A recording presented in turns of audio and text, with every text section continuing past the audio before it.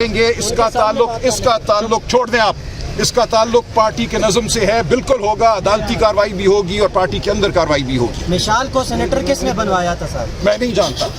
سر آپ secretary general میں نہیں جانتا. خان صاحب جیل میں تھے, وہاں سے انہی کی ہدایت آئی تھی. آپ سمجھتے ہیں خان صاحب کی ہی ہدایت پہ بنایا تھا؟ دیکھیں مجھے یہاں جہاں تک علم ہے وہ یہی ہے کہ خان صاحب کی ہدایت آئی تھی. آپ کو یہ خان صاحب نے سلمان صفدر صاحب سے جو ملاقات ہوئی تھی اس وقت ایک خبریں گردش کی تھی کہ آپ کو خان صاحب نے کہا تھا کہ مشال یوسفزئی صاحب کو فارغ کر دیں. دیکھیں یہ جب آپ کے پاس بالکل ٹھیک بات ہے. دیکھیں سن بالکل یہ آئی تھی. دیکھیں سن لیجئے, فارغ کرنے کا کیا مطلب ہے. دیکھیے سینٹ سے تو میں فارغ نہیں کر سکتا نا. سینٹ میں وہ موجود ہیں, میرے پاس کوئی اختیار نہیں کہ میں ان کو سینٹ سے فارغ کروں. پارٹی سے ان کو نکالنے کا ایک عمل ہے. اس عمل کو اگر میں استعمال کرتا ہوں, میں نے ایک طرح سے درگزر سے کام لیا کہ پارٹی میں انتشار نہ پڑے. وہ اکیلی نہیں ہے, اس کے پیچھے پورا ایک گروہ ہے.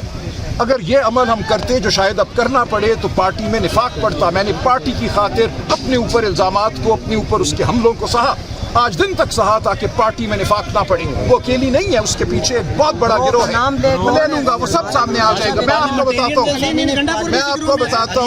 بتاتا ہوں میں ابھی نہیں لوں گا. جس نفاق کو میں نے ہوا نہیں دینی تھی تو اس کو میں آج ہوا نہیں دوں گا. میں جانتا ہوں کون کدھر ہے. میرے پاس کچھ دن پہلے سن لیجیے بہت سے لوگ ہیں, ایسا نہیں ہے کہ نہیں ہے, اور ہم سب جانتے ہیں وہ کون ہے. وہ سائیڈ لائن ہے, اسی لیے وہ بیٹھے کبھی نہ کبھی کو آگ لگانے کی کوشش کرتے ہیں پارٹی میں.